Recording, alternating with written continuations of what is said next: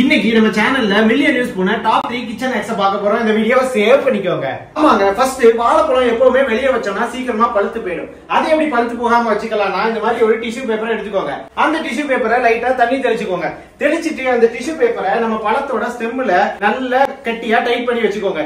இப்படி வச்சுக்கிட்டீங்கன்னா வாழைப்பழம் ஒரு வாரம் வரது 2 வாரம் வருங்க, சீக்கிரமே பழுத்து போகாது. நம்பர் 2, எப்பவுமே சிங்க் பாத்தீங்கன்னா இந்த மாதிரி அடைச்சுக்கோங்க. நீங்க என்னதான் குப்பை எதை எடுத்தாலுமே அடைச்சுக்கோங்க. அதுக்கு என்ன பண்ணலாம்னா இந்த மாதிரி வாட்டர் பாட்டில எடுத்துக்கோங்க.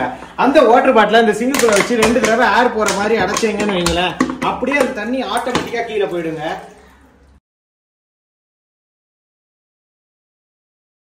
நம்பர் 3, எப்பவுமே தேங்காய் யூஸ் பண்ணிட்டு அரைமூடி எப்படியுமே நம்ம வச்சோம்னா வேஸ்ட் ஆயிருங்க.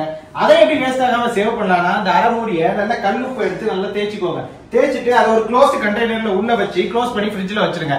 இது 1 வாரம் வர தேங்காய் 2 வாரம் வருங்க எக்ஸ்ட்ராவே. இந்த மாதிரி நீங்களும் ட்ரை பண்ணி பாருங்க. இந்த மாதிரி வீடியோஸ்க்கு நம்ம சேனலை ஃபாலோ பண்ணிக்கோங்க.